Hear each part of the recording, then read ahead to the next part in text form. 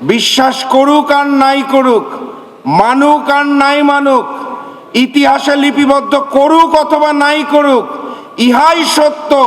নতুন বাংলাদেশ, নতুন স্বাধীনতার পিছনে যাদের সবচেয়ে বড় অবদান ছিল তার নাম ইসলামী ছাত্র শিবির।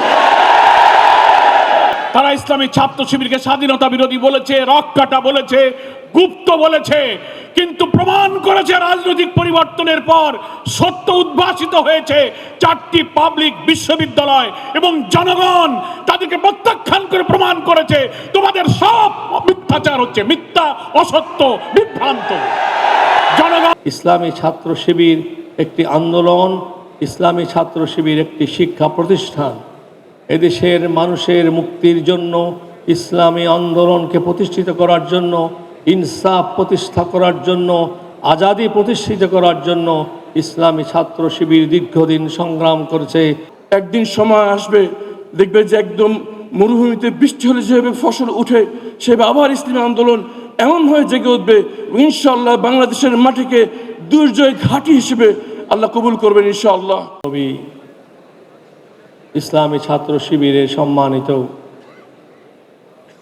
কর্মকর্তাবৃন্দ, আজকের আমার সামনে উপস্থিত বাংলাদেশের আমাদের সবার ভবিষ্যৎ নির্ধারণ করার ক্ষেত্রে যিনি প্রধান ভূমিকা পালন করছেন, জামাত ইসলামের আমির ডাক্তার শফিকুর রহমান, উপস্থিত নেতৃবৃন্দ, সদস্যবৃন্দ, সুধীবৃন্দ এবং ছাত্র শিবিরের সম্মানিত সদস্যবৃন্দ, আসসালামু আলাইকুম। আজকের এই প্রেক্ষাপটে দাঁড়িয়ে আমি শুধু ছাত্র শিবিরের উদ্দেশ্যে এটা বলতে চাই, ইসলামী ছাত্র শিবির একটি আন্দোলন, ইসলামী ছাত্র শিবির একটি শিক্ষা প্রতিষ্ঠান। এদেশের মানুষের মুক্তির জন্য, ইসলামী আন্দোলনকে প্রতিষ্ঠিত করার জন্য, ইনসাফ প্রতিষ্ঠা করার জন্য, আজাদি প্রতিষ্ঠিত করার জন্য ইসলামী ছাত্র শিবির দীর্ঘদিন সংগ্রাম করেছে। তাদের রক্ত ঝরিয়েছে, তাদের অনেক জীবন উৎসর্গ করতে হয়েছে আল্লাহর সন্তুষ্টির জন্য। সমগ্র বিশ্বে মানুষের মুক্তির জন্য ইসলাম ছাড়া কোনো বিকল্প নাই। ইসলাম সমস্ত মানুষের ধর্ম, সমস্ত মানুষের আদর্শ, সমস্ত মানুষের মুক্তির পথ নির্দেশনা দিয়েছে। মুহাম্মদুর রাসূল সাল্লাল্লাহু আলাইহি ওয়াসাল্লাম শুধুমাত্র মুসলমানদের জন্য নবী হিসাবে পাঠাননি, তাকে সমস্ত মানুষের মুক্তির জন্য পাঠিয়েছেন। আজকের পৃথিবীর মানুষের কাছে, আমাদের ক্ষুধিত মানুষের কাছে, ব্যথিত মানুষের কাছে, রোগাক্রান্ত মানুষের কাছে, যারা অর্ধভুক্ত মানুষের কাছে যদি মুক্তি দিতে হয় তাহলে ইসলামকে প্রতিষ্ঠিত করতে হবে, ইসলামের ইনসাফ সেটাকে প্রতিষ্ঠিত করতে হবে। আজকে বাংলাদেশে আমাদের সুযোগ রয়েছে, আলহামদুলিল্লাহ পরিবেশ সৃষ্টি হয়েছে। ইসলামী ছাত্র শিবির সে নেতৃত্ব দিচ্ছে, সে নেতৃত্ব দিবে। আর দীর্ঘদিন ধরে আমি ছাত্র শিবিরের সঙ্গে ছিলাম, আমি থাকব ইনশাআল্লাহ। এই কথা বলতে চাই তোমাদের কাছে। আরেকটি কথা বলতে চাই যে আমাদের সবচেয়ে বেশি প্রয়োজন বাংলাদেশকে গড়ে তোলার জন্য, আমাদের প্রয়োজন সৎ, যোগ্য এবং দেশপ্রেমিক নাগরিক। অতএব তোমরা সততাকে প্রমাণিত করেছো, সত্যকে প্রতিষ্ঠিত করার আন্দোলন করছো, যোগ্যতাকে প্রতিষ্ঠিত করতে হবে। বাংলাদেশের সবচেয়ে বড় সমস্যা হচ্ছে দুর্নীতি। বাংলাদেশকে দুর্নীতি মুক্ত করা সম্ভব হলে এই দেশকে একটা পৃথিবীর শ্রেষ্ঠ দেশে আমরা পরিগণিত করতে পারবো। আমি তোমাদের সবার কাছে আহ্বান করব, আমরা আমাদের আহ্বান, আমি সব সময় সব প্রোগ্রামে বলেছি, আমাদের আহ্বান হচ্ছে ইসলামের আহ্বান, আমাদের আহ্বান হচ্ছে কোরআনের আহ্বান, আমাদের আহ্বান হচ্ছে মুহাম্মদ সাল্লাল্লাহু আলাইহি ওয়াসাল্লাম নবুয়তের মাধ্যমে, ওহীর মাধ্যমে যে কোরআন দিয়েছেন এবং যে কোরআনকে তিনি প্রতিষ্ঠিত করেছেন, সেটাই হচ্ছে আমাদের আহ্বান। আমাদের সামনে কোনো শত্রু নেই, আমাদের সামনে কোনো শত্রু নেই, মুসলমানদের কাছে কোনো শত্রু নেই। মুসলমানদের কাছে তারাই শত্রু যারা নির্যাতন এবং মানুষের উপর অত্যাচার উৎপীড়ন করে, তারাই আমাদের শত্রু। পৃথিবীর সমস্ত শান্তিকামী মানুষ আমাদের বন্ধু। আমাদের সবার কাছে দাওয়াত সত্য এবং ইনসাফকে প্রতিষ্ঠা করার জন্য। আজকে আমরা চাই তোমরা এই কাজটা করো, তোমাদের নেতৃত্বে নতুন সমাজ প্রতিষ্ঠিত হবে। এবং আমি বলি we have a dream, we have a dream. Say dream হচ্ছে রাসূল ইসলাম যে দিন প্রতিষ্ঠা করেছেন ইনসাফ ভিত্তিক, সেই ইনসাফের ভিত্তিতে সমস্ত পৃথিবীতে একটি ইনসাফ ভিত্তিক রাষ্ট্র প্রতিষ্ঠিত হবে। এটাই হচ্ছে আমাদের dream. That is the dream of the Muslim, all ummah of the world, all the leaders of the Muslim world, all one dream to establish insaf, justice and justice on the basis of the principle laid on the Quran that was demonstrated by Muhammad Rasul sallallahu alaihi wasallam। সেটাই হোক আজকে দিনের শপথ। তোমাদেরকে আহ্বান জানিয়ে আমার বক্তব্য শেষ করছি। আসসালামু আলাইকুম ওয়া রাহমাতুল্লাহি ওয়া বারাকাতুহু। কেন্দ্রীয় সদস্য সম্মেলনের সম্মানিত সভাপতি, সম্মানিত প্রধান অতিথি, বিশেষ অতিথিবৃন্দ, আমার সামনে উপস্থিত বাংলাদেশ ইসলামী ছাত্র শিবিরের সারা বাংলাদেশ থেকে আগত সদস্যবৃন্দ, সবাইকে জানাই শুভেচ্ছা এবং সালাম। আসসালামু আলাইকুম। ইসলামী ছাত্র শিবিরের এই ধরনের অনুষ্ঠান আসলে এই ঘরের মধ্যে হয় না। আমি ওই গেটটা দিয়ে ঢুকতে ঢুকতে দেখছিলাম অন্যান্য ঘরগুলাতেও বাইরে অসংখ্য মানুষ, যাদের মনের আকুতি আমরা আজকে একসাথে বসবো। অনেকেই বঞ্চিত হচ্ছে, অনেকের সেই মন খারাপ চেহারাটা আমি দেখতে দেখতে আসার সময় দেখছিলাম। তো আমি ইসলামী ছাত্র শিবিরকে অনুরোধ করব, গতবার যেভাবে হয়েছিল সোহরাওয়ার্দী উদ্যান, আমার থাকার সৌভাগ্য হয়েছিল। এই একটা দিন আমার কাছে মনে হয় ইসলামী ছাত্র শিবিরের সবাই একসাথে থাকতে চায় এবং আমিও একসাথে থাকতে চাই সবার সাথে। এলইডিতে দেখে আসলে মন ভরে না। এই দিনটা ইসলামী ছাত্র শিবিরের অনুষ্ঠানে আসলে আমার নিজের বয়স 15 বছর কমে যায়। আমি ইসলামী ছাত্র শিবিরের সকলকে ধন্যবাদ এবং অভিনন্দন জানাতে চাই। কারণ হচ্ছে জুলাই গণ অভ্যুত্থানে তাদের যেই ভূমিকার জন্য আজকে এখানে দাঁড়ায় একটা নতুন দেশ, একটা নতুন স্বাধীন জায়গায় আমি অন্তত বক্তব্য রাখতে পারছি, এটা আমি বিশ্বাস করি। এবং বাংলাদেশের মানুষ বিশ্বাস করুক আর নাই করুক, মানুক আর নাই মানুক, ইতিহাসে লিপিবদ্ধ করুক অথবা নাই করুক, ইহাই সত্য। নতুন বাংলাদেশ, নতুন স্বাধীনতার পিছনে যাদের সবচেয়ে বড় অবদান ছিল তার নাম ইসলামী ছাত্র শিবির। ফ্যাসিস্ট শেখ হাসিনা পালিয়ে গেছে, কিন্তু সেই ফ্যাসিজমটাকে আমরা এখনো দূর করতে পারি নাই। সেই ফ্যাসিজমটাকে দূর না করতে পারলে নতুন বাংলাদেশটা নতুন থাকবে না। সেই নতুন বাংলাদেশটার মধ্যে আবরার ফাহাদদেরকে বারবার জীবন দিতে হবে, আমার ভাই হাদিকে বারবার জীবন দিতে হবে। কিন্তু আমরা তো আগস্ট মাসের 5 তারিখেই শপথ নিয়েছিলাম, এই নতুন বাংলাদেশে নতুন করে আর কোনো স্বৈরাচার থাকবে না। এই নতুন বাংলাদেশে নতুন করে আর কোনো ভারতীয় আধিপত্যবাদ থাকবে না। এই নতুন বাংলাদেশ হবে ন্যায়ের বাংলাদেশ, মানবতার বাংলাদেশ, ইসলামের বাংলাদেশ এবং কোরআনের বাংলাদেশ। সেখান থেকে বিচ্যুত হওয়ার আমাদের কোনো সুযোগ নাই। 90% মুসলমানের দেশ। আমি প্রায়শই একটা বক্তব্য শুনি, একটা স্লোগান শুনি যে কোরআনের আলো ঘরে ঘরে জ্বালো, ইসলামের আলো ঘরে ঘরে জ্বালো। আমি প্রায় এই স্লোগানটা শুনি, আপনারা শুনেন নাকি? 90% মুসলমানের দেশের যে ঘরগুলো আছে সেখানে কি কোরআনের আলো জ্বলে না? সেখানে ইসলামের আলো জ্বলে না? তাহলে ঘাটতিটা কোথায়? ঘাটতিটা হচ্ছে কোরআন এবং ইসলামের আলোটা ঘরে ঘরে জ্বলে কিন্তু সংসদে জ্বলে না। অতএব আগামীর সংসদে আমরা ওই কোরআনের আলোটাকে জ্বালতে চাই এবং ইসলামের আলোটাকে জ্বলজ্বল করে জ্বালিয়ে তুলতে চাই। অতএব স্লোগানটা একটু পরিবর্তনের সময় এসেছে। কোরআনের আলো সংসদে জ্বালো, ঘরে ঘরে জ্বলছে আলহামদুলিল্লাহ। ইসলামের আলো সংসদে জ্বালো। আমি ইসলামী ছাত্র শিবিরকে যেটা বলতে চাই, অনুরোধ করতে চাই, আমাকে ডাকার সময় তারা বলেছিল যে মানসিকভাবে আমি সহযোগিতা দেই। বাস্তবতা হচ্ছে ইসলামী ছাত্র শিবির আমাদের মতো মানুষদেরকে মানসিকভাবেও সহযোগিতা দেয়, শারীরিকভাবেও সহযোগিতা দেয়। কারণ তারাই হচ্ছে শহীদি কাফেলা, তারাই হচ্ছে ভ্যানগার্ড, যারা যুগে যুগে বারবার শহীদ হয়ে বিপদের সময় এই বাংলাদেশকে রক্ষা করেছে। এবং আগামীর বাংলাদেশ গড়ার ক্ষেত্রে এই ইসলামী ছাত্র শিবিরে নীতিবান এবং আদর্শকে বুকে ধারণ করে নতুন বাংলাদেশ গড়ে তুলবে, এটা আমি বিশ্বাস করি আমার জায়গা থেকে। সংগ্রামী সাথী এবং বন্ধুগণ, অনেক বড় বড় অতিথি আমার সামনে বসে আছে। আমি এত সময় নিয়ে নিলে হবে না, জুম্মাবার। আমি বক্তব্য দীর্ঘায়িত করব না। আমি শুধু ওই বলিষ্ঠ শপথটা শুনতে চাই, ওই উজ্জ্বল চকচকা দৃষ্টিটা দেখতে চাই, যেই জায়গাটাতে ইসলামী ছাত্র শিবির ভ্যানগার্ড হিসেবে, শহীদি কাফেলা হিসেবে প্রথম কাতারে দাঁড়াবে এবং আগামীর বাংলাদেশকে গড়ে তোলার জন্য, আগামীর নেতৃত্বকে গড়ে তোলার জন্য আজকে যেভাবে জাহিদ ভাই আছে সেভাবে অন্যান্য ভাইরা দায়িত্ব নিয়ে এগিয়ে আসবে।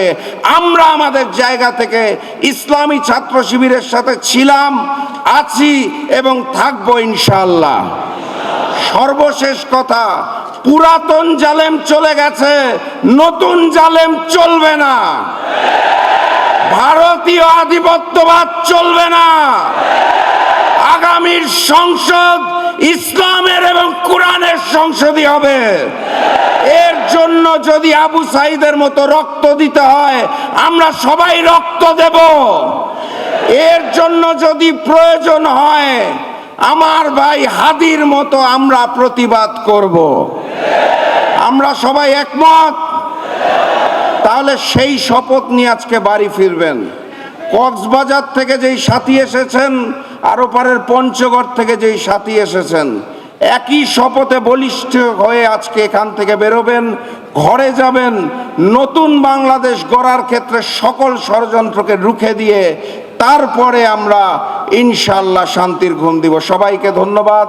বিজয়ের পথে যাত্রা শুরু, জীবন অথবা মৃত্যু। আসসালামু আলাইকুম।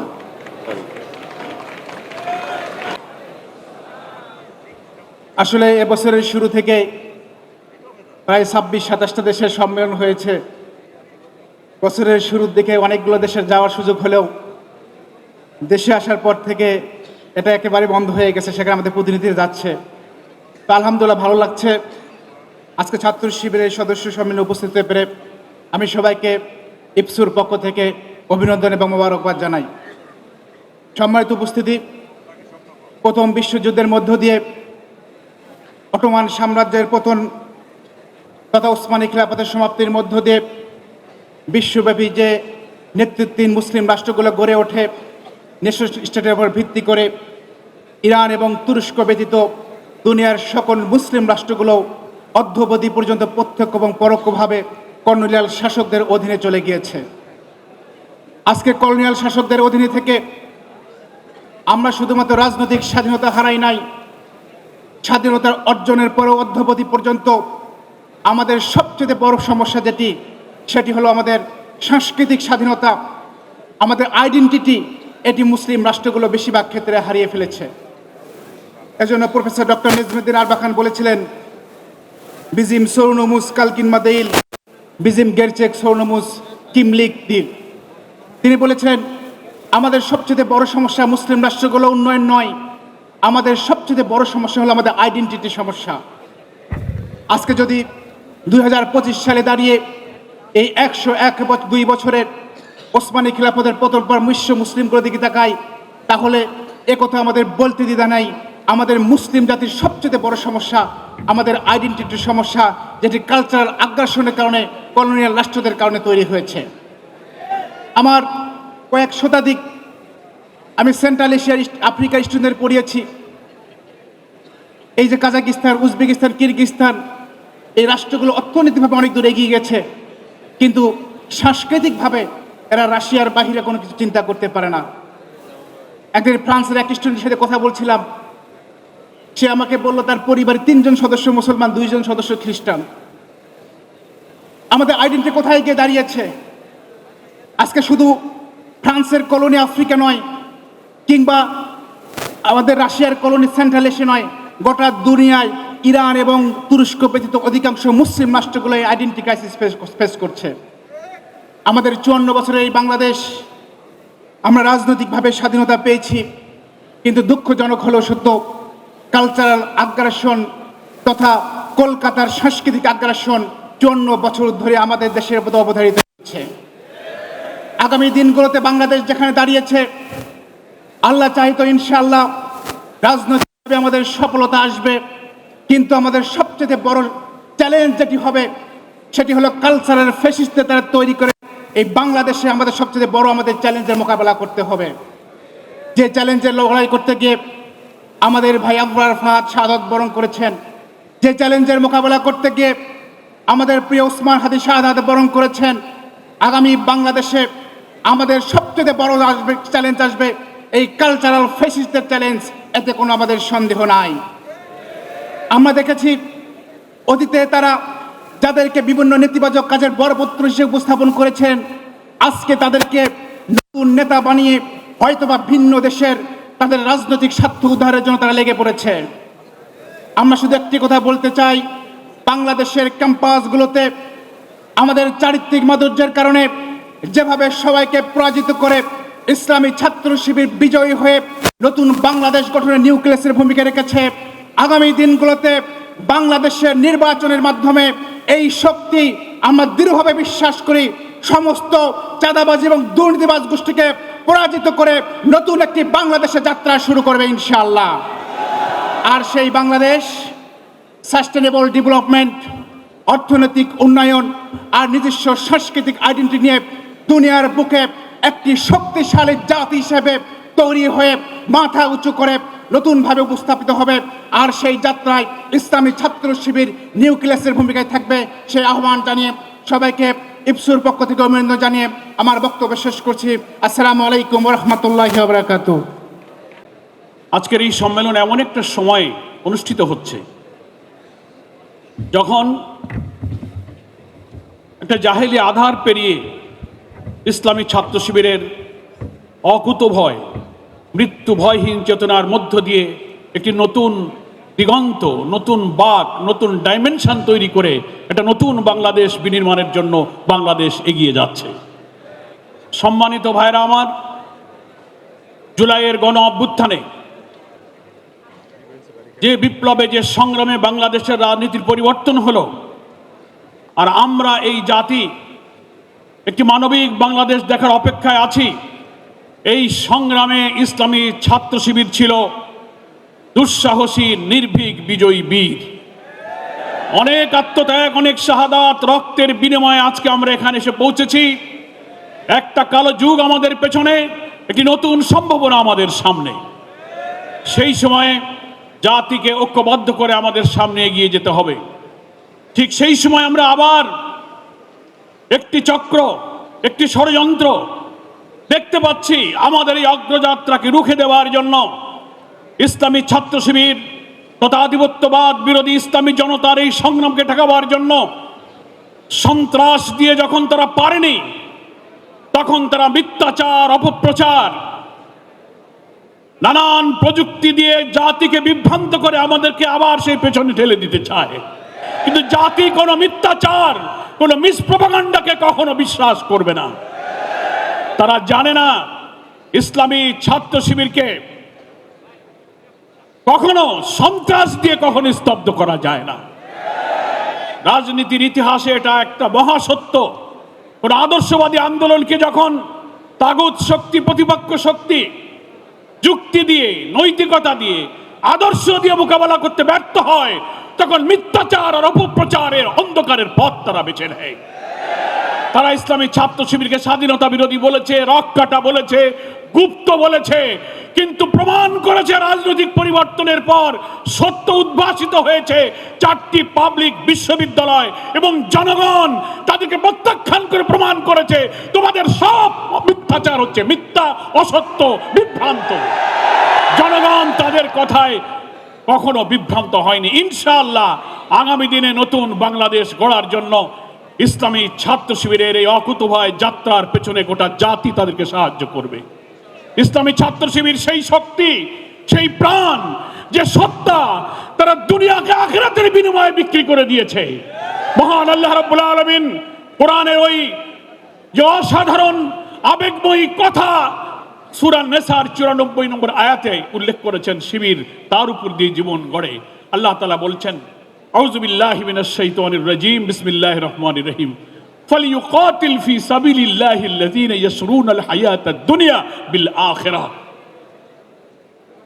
তারা ইসলামী আন্দোলনের জন্য, দ্বীনের জন্য জীবনকে বিলিয়ে দিতে পারে যারা দুনিয়াকে আখিরাতের বিনিময়ে বিক্রি করে দিয়েছে। শিবির দুনিয়ার স্বার্থ, বিত্ত, বৈভব, সম্পদ, গাড়ি, বাড়ি, মর্যাদা, সম্মানকে আল্লাহর সন্তুষ্টির জন্য বিক্রি করে দিয়েছে। তাদেরকে সন্ত্রাস দিয়ে, মিথ্যাচার দিয়ে দুনিয়ায় দাবিয়ে রাখা যাবে না। এরা হচ্ছে সেই জাতি, ওমিনান নাসি মাইয়াশরি নাফসাহু ইবতিগা মারদাতিল্লাহ আল্লাহু রাউফুম বিল ইবাদ। মানুষের মধ্যে এমন কিছু মানুষ থাকে যারা শুধু আল্লাহর সন্তুষ্টির জন্য নিজের সত্তাকে তারা বিক্রি করে দিতে পারে। ফলে যারা আল্লাহকে পাওয়ার জন্য জীবন বিলিয়ে দেয়, তাদের খুন, ফাঁসি, রিমান্ড, আয়নাঘর, ক্রস ফায়ার দিয়ে দমিয়ে রাখা যাবে না, যাবে না, যাবে না। আগামী 26 সালের নতুন বছরের শিবিরের জীবনে এক নতুন প্রভাত, নতুন সূর্যের উদয় করুক। সাথে সাথে বাংলার জমিনে একটি নতুন বাংলাদেশের সূর্য উদিত হবে। আজকের এই সম্মেলনের এই বার্তা সারা দেশ এবং দুনিয়ায় ছড়িয়ে পড়ুক, এই দোয়া করে, এই আকাঙ্ক্ষা ব্যক্ত করে আমার বক্তব্য শেষ করছি। আল্লাহ হাফেজ। বাংলাদেশ জিন্দাবাদ, ইসলামী ছাত্র শিবির জিন্দাবাদ। আসসালামু আলাইকুম রহমতুল্লাহি ওয়া বারাকাতুহু। উনি একটি প্রাতিষ্ঠানিক কাজে দেশের বাইরে যখন অবস্থান করছিলেন, তখন তার বিরুদ্ধে যুদ্ধাপরাধের মিথ্যা অপবাদ আনা হয়। সব জায়গা থেকে খবর আসে যে হত্যার প্রস্তুতি সম্পূর্ণ, দেশে আসলেই তাকে হত্যা করা হবে। আমি সন্তান হিসেবে ঘাবড়ে গেলাম। আমার পিতাকে ফোন করে বললাম, আব্বু তুমি এসো না দেশে ফেরত, কেন তোমাকে হত্যার ষড়যন্ত্র করছে। উত্তরে উনি মুচকি হেসে বললেন, ইসলামী আন্দোলনের দায়িত্ব পালন করতে যে আমরা আল্লাহর উপর তাওয়াক্কুল করে অনেক সিদ্ধান্ত দিয়েছি, আমাদের এই সিদ্ধান্ত বাস্তবায়ন করতে গিয়ে আমাদের ভাইয়েরা শহীদ হয়েছে। আজকে আমার সামনে শহীদি দরজা মুক্ত হচ্ছে, আর আমি পালিয়ে বাঁচবো, এ কেমন করে সম্ভব? উনি চলে আসলেন, উনি গ্রেফতার হলেন। আমি আইনজীবী হিসেবে সর্বস্ব শক্তি নিয়োগ করলাম এই আইনি লড়াইয়ে। আমার আস্থা ছিল সংবিধানের উপর, আমার আস্থা ছিল বাংলাদেশের বিচার বিভাগের উপর। কিন্তু দেখলাম এই সংবিধান, এই বিচার বিভাগ তাসের ঘরের মতো আমার ফ্যাসিবাদের সামনে ভেঙে পড়লো। মিথ্যা অপরাধে তাদের ফাঁসির রায় হয়ে গেল। আমি মানসিকভাবে ভেঙে পড়েছিলাম। সর্বশেষ যে সাক্ষাৎ ওনার সাথে হয়, আমি জানতে পারিনি যে এটি হচ্ছে আমার শেষ সাক্ষাৎ। উনি আমাকে দুটি কথা বলেছিলেন। আমার দাবি, আমার দায়িত্ব আপনাদের সামনে সেই কথাটা পৌঁছে দেওয়ার। উনি বলেছিলেন, ইনশাআল্লাহ হতাশ হবে না। আমাদের ইসলামী আন্দোলনের দামাল ছেলেরা রক্ত দিতে শিখেছে, তারা হাসি মুখে রক্ত দিচ্ছে, এবং যে কয়দিন পর্যন্ত এই তরুণরা মৃত্যু ভয়কে জয় করতে পারবে, ইনশাআল্লাহ এই আন্দোলনকে দুনিয়ার কোনো শক্তি নিয়ে রুখে দাঁড়াবে ইনশাআল্লাহ। তুমি ধৈর্য ধারণ করো, একদিন সময় আসবে দেখবে যে একদম মরুভূমিতে বৃষ্টি হলে যেভাবে ফসল উঠে, সেভাবে আবার ইসলামী আন্দোলন এমনভাবে জেগে উঠবে। ইনশাআল্লাহ বাংলাদেশের মাটিকে দুর্জয় ঘাঁটি হিসেবে আল্লাহ কবুল করবেন ইনশাআল্লাহ। আমি তখন তার এই আবেগকে এটি নিছক আবেগ মনে করেছিলাম। আজকে দাঁড়িয়ে আমি বুঝতে পারছি আল্লাহ তাদেরকে এই প্রজ্ঞাটুকু দিয়েছিলেন। ওনারা দেখতে পেরেছিলেন যে এই যে কঠিন পরীক্ষা আল্লাহ আমাদের 17 বছর নিয়েছেন, এই পরীক্ষায় যদি আমরা শাহাদাতের নজরা দিতে পারি, তাহলে ইনশাআল্লাহ আবার সেই ইসলামী আন্দোলনের জন্য সেই সুযোগ ফেরত আসবে। আজকে আমি আপনাদের সামনে দাঁড়িয়ে আছি যখন শহীদ হাদি ভাইকে হত্যা করা হয়েছে। আইন শৃঙ্খলা বাহিনী থেকে আমাকে বলা হয়েছে যে হত্যার ষড়যন্ত্র চলছে, যে 50 জনের একটি হিট লিস্ট রয়েছে, সেই হিট লিস্টে নাকি এই বান্দার নামও আছে। আমি আল্লাহর উপর তাওয়াক্কুল করে ইসলামী আন্দোলনের সাক্ষীদের, ইসলামী আন্দোলনের শপথের কর্মীদেরকে বলতে চাই, এর চেয়ে সৌভাগ্যর কি হতে পারে যদি আল্লাহ কাউকে শহীদ হিসেবে কবুল করেন। গুম জীবন 8টি বছর প্রতিটি রাত আমি তৈরি ছিলাম যে আজকে রাতে হয়তো আমাকে হত্যা করা হবে। যখন শহীদ হাদি ভাইয়ের শাহাদাতের খবর শুনলাম, আমার ভিতরে আফসোস হলো যে আমার চেয়ে 10 বছরের ছোট একজনকে আল্লাহ কবুল করে নিলেন। 8টি বছর প্রতিটি রাত আমি অপেক্ষা ছিলাম, আজকে হয়তো আমাকে হত্যা করা হবে। আল্লাহ আমাকে কবুল করেন নাই। সুতরাং আমি বুঝতে পারলাম যে শাহাদাত শুধু কাম্যের বিষয় না, আল্লাহর কাছে কবুলিয়তের প্রয়োজন রয়েছে। আল্লাহ যদি এই বান্দাকে এই বাংলার মাটির জন্য কবুল শাহাদ হিসেবে কবুল করেন। এর চেয়ে সৌভাগ্য আর কোনো মুসলমানের জন্য কিছু হতে পারে না। সমাজের কর্মী ভাইয়েরা আমার, আমাদের জন্য একটি কঠিন পরীক্ষার সামনে অপেক্ষা করছে। অসংখ্য অধিপত্য শক্তির অনেক কুচক্রী মহল বাংলাদেশকে কঠিন ষড়যন্ত্র করছে। এই ষড়যন্ত্রের সম্মুখীন মোকাবেলা করার জন্য ইসলামী আন্দোলনের সমাজের কর্মীরা জীবন দেওয়ার জন্য প্রস্তুত রয়েছে কিনা ইনশাআল্লাহ? আসুন আমরা যদি মৃত্যু ভয়কে জয় করতে পারি, ইনশাআল্লাহ ইসলামের অগ্রযাত্রা এই বাংলার মাটিতে কেউ ঠেকাতে পারবে না ইনশাআল্লাহ। আল্লাহ এই বাংলাদেশের মাটিকে ইসলামের দুর্জয় ঘাঁটি হিসেবে কবুল করুন এবং এই মহান কাজে আমাদের হাতকে, আমাদের সময়কে, আমাদের অর্থ সম্পদকে, আমাদের রক্ত কবুল করুন। এই দোয়া করে আজকে জমিদান নিচ্ছি। ওয়া আখির দাওয়া আলহামদুলিল্লাহি রাব্বিল আলামিন। সুবহান রাব্বিকা রাব্বিল ইজ্জাতি আম্মা ইয়াসিফুন ওয়া সালামুন আলাল মুরসালিন আলহামদুলিল্লাহি রাব্বিল আলামিন। আসসালামু আলাইকুম ওয়া রাহমাতুল্লাহি। একদল আদর্শ, সৎ, দক্ষ, যোগ্য, চরিত্রবান নেতৃত্ব তৈরি করা। আলহামদুলিল্লাহ ইসলামী ছাত্র শিবির সেই কাজটি যথারীতিভাবে চালিয়ে যাচ্ছেন। ইসলামী ছাত্র শিবির হাজারো জুলুম, নির্যাতন, শাহাদাতের সিঁড়ি বেয়ে ইসলামী ছাত্র শিবির আজ বাংলাদেশের সর্ববৃহৎ ছাত্র সংগঠনে পরিণত হয়েছে। এর প্রমাণ জুলাই বিপ্লবের পর ঢাকা বিশ্ববিদ্যালয়, চট্টগ্রাম বিশ্ববিদ্যালয়, রাজশাহী বিশ্ববিদ্যালয়, জাহাঙ্গীরনগর বিশ্ববিদ্যালয়, বাংলাদেশের পুরনো সর্ববৃহৎ এই 4টি বিশ্ববিদ্যালয় ইসলামী ছাত্র শিবিরের নিরঙ্কুশ বিজয় লাভ। এ দ্বারা বোঝা যায় ইসলামী ছাত্র শিবির ছাত্রদের মাঝে জনপ্রিয় এবং সর্ববৃহৎ ছাত্র সংগঠন। আলহামদুলিল্লাহ স্বাধীনতা লাভ এবং এর আগেও একসাথে এই 4টি বিশ্ববিদ্যালয়ে কোনো সময়ই একটি দল বিজয়ী হতে পারেনি। Islami Chhatra Shibir, this is the first time Islami Chhatra শিবির একসাথে এই বড় 4টি বিশ্ববিদ্যালয়ে বিজয় লাভ করেছে। আমি ছাত্র শিবিরকে বলবো, এই বিজয় শুধু এখানেই থামলে হবে না। আমরা বাংলাদেশকে বিজয় করতে চাই, আমরা বাংলাদেশের মানুষকে বিজয় করতে চাই, আমরা বাংলাদেশে আদর্শ চরিত্রবান নেতৃত্ব তৈরি করার, নেতৃত্ব সাপ্লাই দেওয়ার যে কারখানা হিসাবে আমরা ভূমিকা পালন করছি। আগামী দিনের বাংলাদেশ হবে ইসলামের বাংলাদেশ, আগামী দিনের বাংলাদেশ হবে দুর্নীতিমুক্ত বাংলাদেশ ইনশাআল্লাহ। এর সাথে সাথে আরেকটি কথা বলেই আমার কথা শেষ করতে চাই। জুলাই বিপ্লব হলেও আধিপত্যবাদী শক্তির ষড়যন্ত্র, তাদের থাবা এখনো বন্ধ হয়নি। বাংলাদেশে যারা আধিপত্যবাদী শক্তির দোসর রয়েছে, তারা আবার এই আধিপত্যবাদী বিরোধী শক্তিকে নির্মূল করার কাজে লেগে গেছে। এজন্য এর অন্যতম উদাহরণ হলো শরীফ ওসমান হাদির নৃশংস হত্যাকাণ্ড। আমরা আজকে জুলাই যুদ্ধের সাথীরা এবং যারা সমর্থক, যারা মনে প্রাণে আমরা জুলাই যুদ্ধকে, জুলাই বিপ্লবকে মনে প্রাণে ধারণ করি, দল, মত, জাতি, বর্ণ, ধর্ম নির্বিশেষে ঐক্যবদ্ধ হতে হবে। আমরা আধিপত্যবাদী শক্তিকে এই বাংলাদেশে আগামী দিনে চিরদিনের জন্য পরাজিত করব ইনশাআল্লাহ। সেই প্রত্যয় ব্যক্ত করে আপনাদের প্রতি আবারও আন্তরিক মোবারকবাদ জানিয়ে, শুভেচ্ছা জানিয়ে আমার বক্তব্য এখানে শেষ করছি। আল্লাহ হাফেজ। বাংলাদেশ জিন্দাবাদ। বাংলাদেশ। মোহতারাম সভাপতি, অন্যান্য দায়িত্বশীল ভাইরা, এখানে উপস্থিত আছেন জামাত ইসলামের সম্মানিত আমির এবং অন্যান্য দায়িত্বশীল ভাইরা এবং শিবিরের সকল প্রিয় সদস্য ভাইরা, আসসালামু আলাইকুম রহমতুল্লাহ।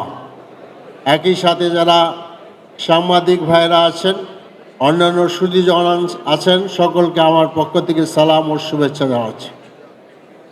আমরা এমন একটি জায়গায় এসে পৌঁছেছি যখন আমরা খুব সুস্পষ্টভাবে দেখতে পাচ্ছি যে বাংলাদেশের যে রাজনৈতিক দলগুলো আছে তাদের কাছে আসলে জাতিকে দেওয়ার মতো কোনো প্রোগ্রাম নাই, এবং একইভাবে ছাত্র সংগঠনগুলো ছাত্রছাত্রীদের কাছে কোনো আবেদন রাখতে পারছে না। তার সুস্পষ্ট লক্ষণ হলো ছাত্র সংসদ নির্বাচন। কাজে আজকে জুলাই বিপ্লবের মাধ্যমে হাদির জীবন উৎসর্গ করার মাধ্যমে বাংলাদেশে যে নতুন অ্যাসপিরেশন সৃষ্টি হয়েছে সেটা হলো জাতীয় মুক্তি।